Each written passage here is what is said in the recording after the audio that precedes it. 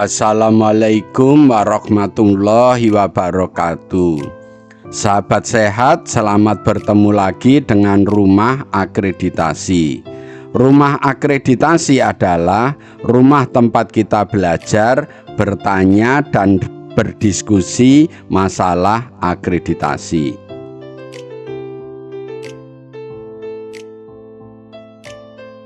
Kali ini kita akan memberikan tutorial tentang akreditasi klinik ya, standar 2.1 tentang upaya peningkatan mutu keselamatan pasien ya. Ini PMKP yang pertama. Tutorial ini akan dipandu oleh Dr. Yanto, Surveyor FKTP.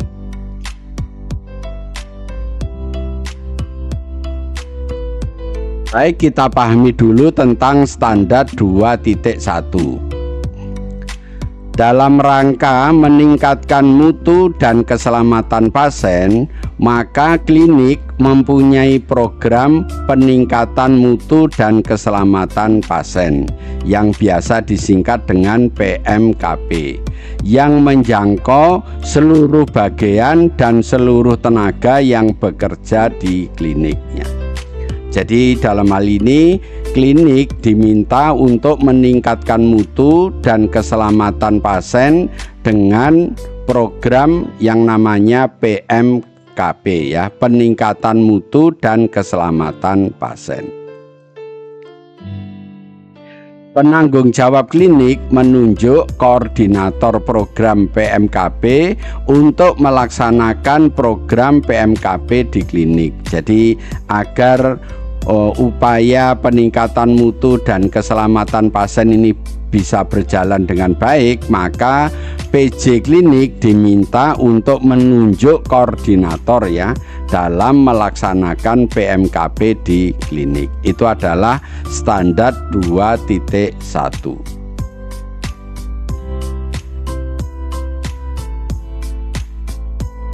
Baik, sekarang kita pahami tentang maksud dan tujuannya.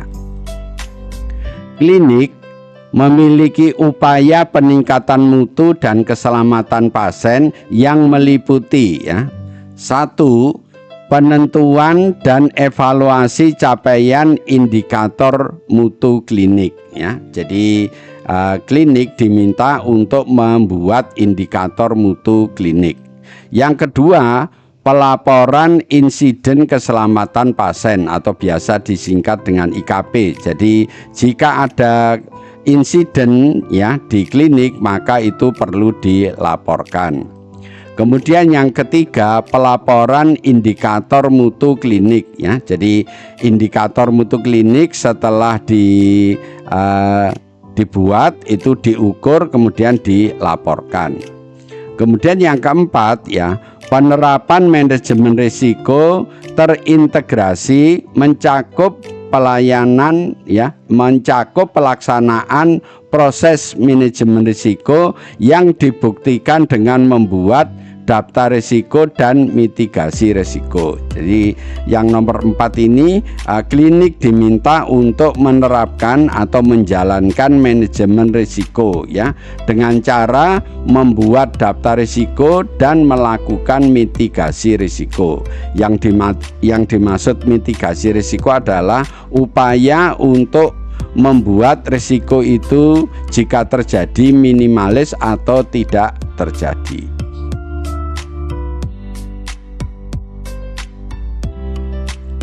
Berikutnya tentang maksud dan tujuan ya.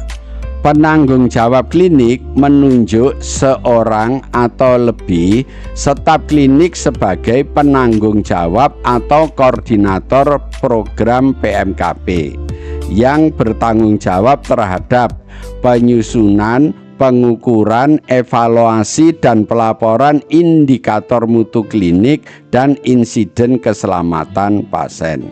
Jadi PJ diminta untuk menunjuk ya seorang penanggung jawab atau koordinator PMKP yang bertanggung jawab untuk menyusun, mengukur, mengevaluasi, dan melaporkan indikator mutu klinik dan insiden keselamatan pasien.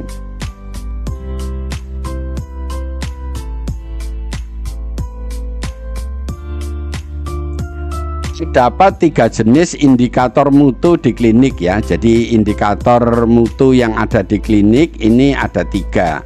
Yang pertama adalah indikator nasional mutu ya, atau IMN di klinik ya. Ini adalah indikator yang sudah ditetapkan oleh Kementerian Kesehatan. Jadi setiap klinik harus mengikuti ya. Ini ada 4 ya. Untuk bisa memahami ini, Bapak Ibu nanti melihat video yang berjudul indikator nasional mutu ya. Kemudian indikator mutu prioritas atau IMP klinik ya. Nah, indikator mutu prioritas ini ditetapkan sendiri oleh klinik ya. Nanti untuk bisa mengerti tentang ini juga ada cara-caranya. Bapak Ibu bisa melihat di video yang berjudul IMPP ya. Kemudian indikator mutu prioritas unit ya, atau IMPU yang ada di klinik. Jadi indikator yang perlu dijalankan di klinik, indikator mutu itu ada 3 ya. Indikator mutu, indikator nasional mutu, indikator mutu prioritas, dan indikator mutu prioritas unit ya.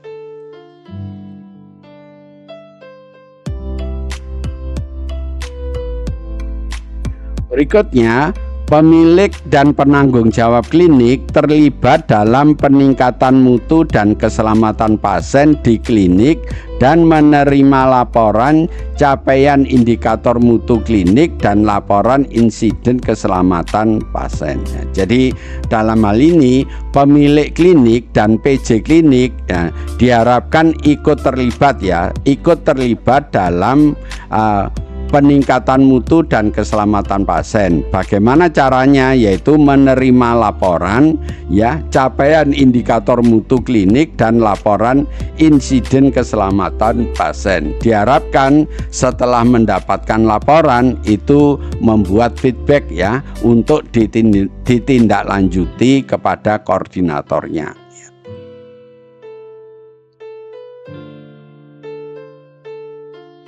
Baik, sekarang kita lihat elemen penilaiannya ya. Yang pertama, penanggung jawab klinik menetapkan ya, penanggung jawab program mutu. Berarti kalau menetapkan, berarti dalam hal ini PJ diminta untuk membuat SK yang berisi penunjuk atau menunjuk seseorang sebagai penanggung jawab mutu. Berarti untuk kelengkapan buktinya ya, yang diminta satu adalah SK penanggung jawab mutu. Berarti Bapak Ibu yang ada di klinik diminta untuk membuat SK penanggung jawab mutu.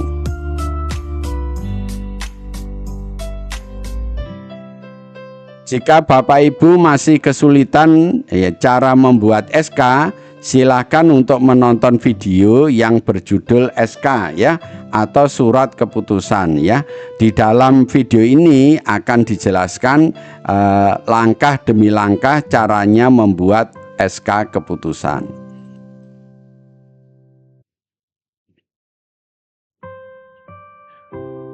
Berikutnya, EP kedua, ada indikator mutu layanan yang diukur, dievaluasi, dianalisa, dan ditindaklanjuti, serta dilaporkan kepada PJ klinik dan pemilik. Nah, jadi indikator mutu ya, setelah ditetapkan maka perlu diukur, perlu dievaluasi, perlu dianalisa, dan perlu ditindaklanjuti serta dilaporkan kepada PJ klinik dan pemilik. Ini adalah elemen penilaian yang kedua.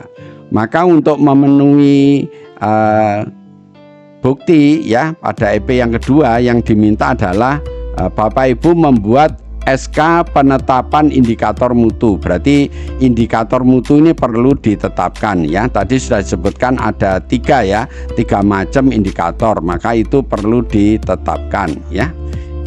Indikator nasional mutu, indikator prioritas ya, dan indikator mutu unit ya. Jadi ini yang perlu di SK-kan. Kemudian yang kedua, Bapak Ibu juga perlu membuat SOP tentang cara pengukuran indikator mutu dan SOP tentang cara melaporkan indikator mutu klinik. Jadi untuk memenuhi EP yang nomor 2 diperlukan SK dan SOP.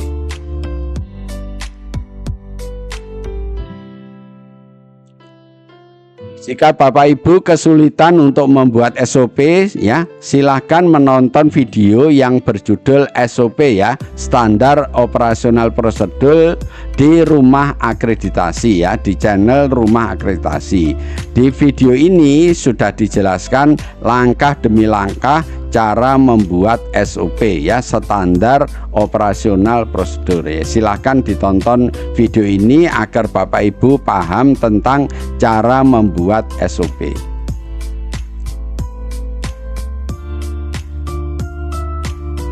Berikutnya adalah elemen yang kedua tentang wawancara ya. Jadi ini selain dokumen juga wawancara. Jadi kelengkapan bukti ya, ini ada terdapat dokumen bukti ya, caranya mengukur, caranya mengevaluasi, caranya analisa, tindak lanjutnya, serta pelaporan indikator mutu klinik yang dilaporkan kepada PJ dan pemilik ya. Jadi Bapak Ibu setelah menetapkan indikator mutu klinik ya, maka indikator itu perlu diukur. Jadi harus ada bukti pengukurannya, kemudian dianalisa dan dievaluasi serta ditindaklanjuti serta dilaporkan. Jadi harus ada bukti evaluasi, ada bukti analisa, ada bukti tindak lanjutnya dan bukti pelaporannya. Nah ini perlu dibuat, setelah itu dilaporkan kepada PJ klinik dan pemilik. Jadi untuk melengkapi bukti ini banyak yang harus diperlukan ya.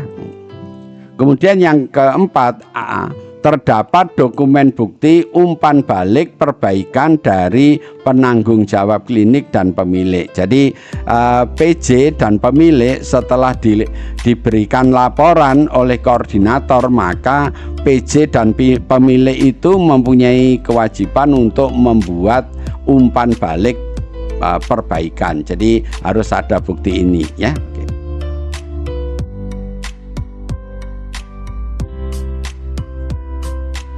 Jika Bapak Ibu kesulitan caranya membuat analisa dan evaluasi indikator mutu ya, silahkan menonton video ini ya, video yang berjudul analisis data dan indikator mutu ya, di channel Rumah Akreditasi ya. Di dalam video ini akan dijelaskan caranya menganalisis data indikator mutu, juga caranya mengevaluasi ya. Silahkan Bapak Ibu menonton video ini sehingga Bapak Ibu nanti paham caranya bagaimana menganalisa dan mengevaluasi indikator mutu ya. Video ini ada di channel Rumah Akreditasi.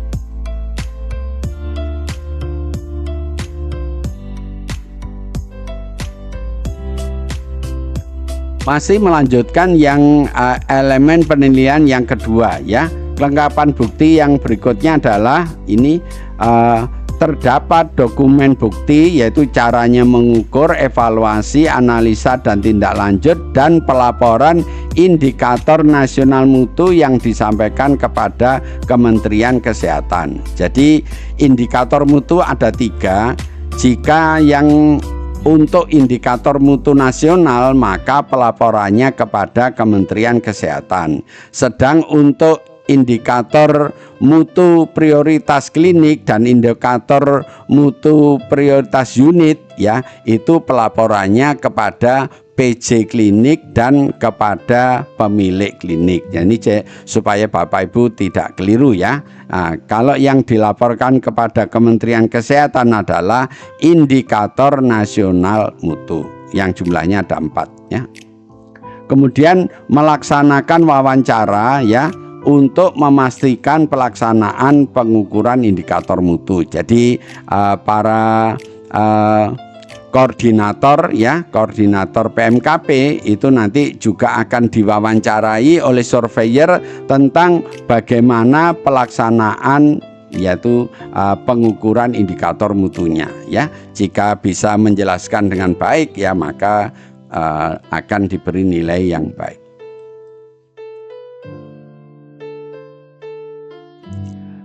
Sekali lagi untuk Bapak Ibu ya, jika ingin memahami tentang caranya menganalisis dan caranya mengevaluasi indikator mutu ya, silakan menonton video ini ya. Video ini tentang analisis data indikator mutu ya. Video ini ada di channel Rumah Akreditasi ya. Silakan dicari dan ditonton.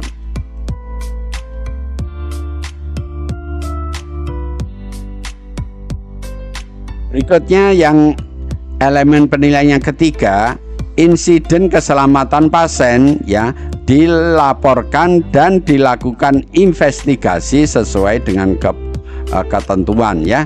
Jadi untuk EP yang ketiga ya, Bapak Ibu yang ada di klinik diminta untuk melaporkan dan melakukan investigasi jika ada insiden ya, yaitu insiden keselamatan pasien ya.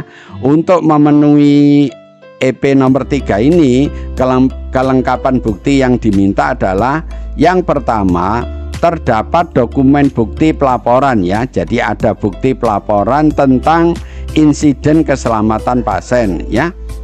Pelaporan ini nanti ada dua ya, pelaporan internal dan pelaporan eksternal.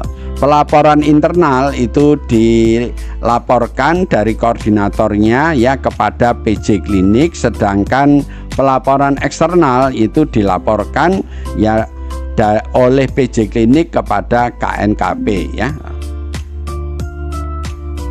Kemudian yang berikutnya adalah melaksanakan wawancara dengan penanggung jawab mutu tentang pelaporan dan proses investigasi terhadap insiden keselamatan pasien. Jadi nanti penanggung jawab ini diminta ya untuk melakukan investigasi jika ada insiden dan melaporkan ya.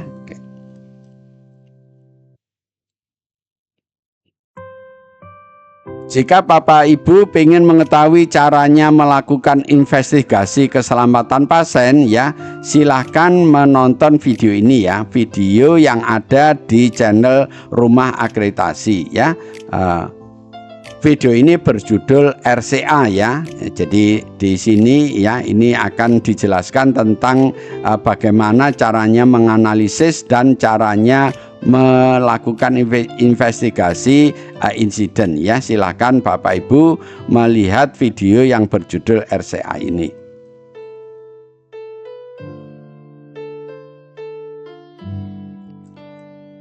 Berikutnya yang keempat ya, Bapak Ibu yang ada di klinik ya, ini diminta untuk membuat daftar risiko klinik ya, yang dibuat sekali dalam setahun dan dilakukan mitigasi risiko. Jadi daftar risiko ini perlu dibuat setahun sekali ya, dan dilakukan mitigasi risiko ya, upaya untuk meminimalkan ya risiko ya jika terjadi. Ini yang diminta di elemen penilaian yang nomor 4 ya. Kelengkapan bukti yang diminta adalah yang pertama, terdapat dokumen daftar risiko. Jadi Bapak Ibu yang ada di klinik diminta untuk membuat daftar risiko klinik ya, yang dibuat sekali dalam setahun dan dilakukan mitigasi risiko. Jadi yang diperlukan untuk ini ada bukti. Yang pertama bukti membuat daftar risiko, kemudian ada bukti melaksanakan mitigasi risiko. Kemudian melaksanakan wawancara ya dengan penanggung jawab mutu tentang proses penetapan daftar risiko klinik dan cara melakukan mitigasi risiko ya. Berarti dalam ini ya ada dua ya, tentang dokumennya dan tentang wawancaranya.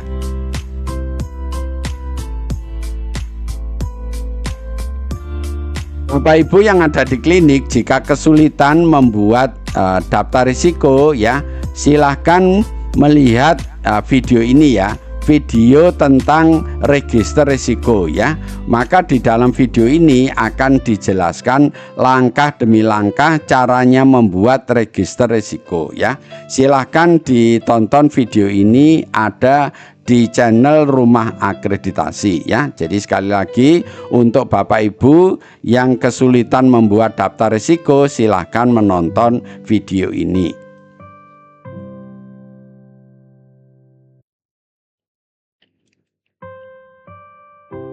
Kemudian yang EP yang kelima adalah ada bukti tindak lanjut dari mitigasi risiko. Jadi untuk memenuhi EP yang kelima ini, kelengkapan buktinya adalah terdapat bukti tindak lanjut dari mitigasi risiko ya.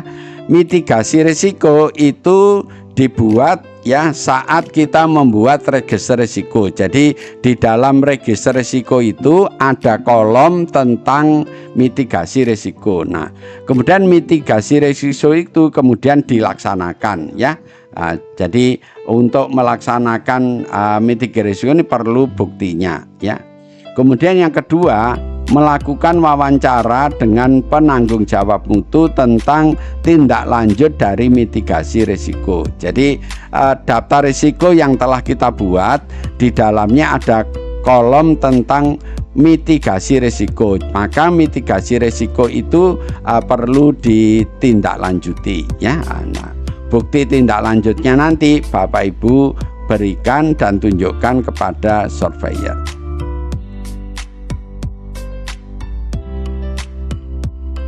Tentang mitigasi risiko ya, Bapak Ibu lihat di ini ya, di daftar risiko ya.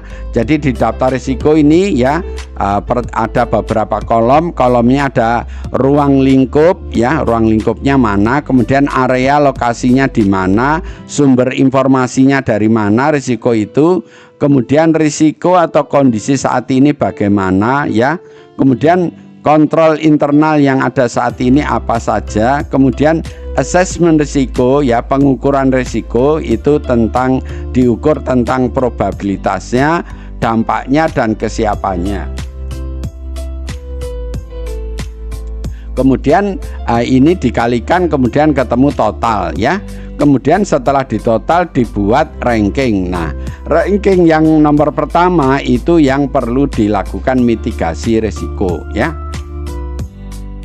Upaya terhadap risiko ya, dilihat kontrol risikonya bagaimana dan pembiayaan risikonya siap atau tidak. Nah, strategi yang digunakan untuk mitigasi risiko, nah Bapak Ibu perlu lihat di sini ya. Nanti Bapak Ibu perlu melihat skasinya. Yang ini pemilik risikonya siapa, kemudian setelah itu dilakukan monitoring dan evaluasi ya. Jadi ini tentang bagaimana cara melaksanakan mitigasi risiko.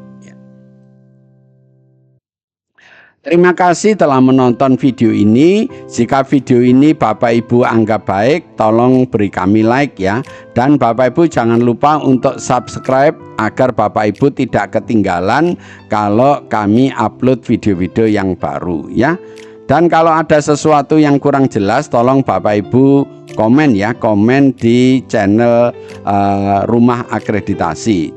Juga kalau Bapak Ibu ingin dibuatkan video sesuai yang diinginkan, tolong juga menulis di komen YouTube channel Rumah Akreditasi. Kemudian yang terakhir, tolong kami dibantu share video ini kepada teman, sahabat yang lain ya, sejawat yang lain, agar teman dan sahabat yang lain ikut mendapatkan manfaat dari video ini. Lebih kurangnya saya mohon maaf ya. Mari kita akhiri tutorial kali ini dengan membaca hamdalah. Alhamdulillahirobbil alamin. Wassalamualaikum warahmatullahi wabarakatuh.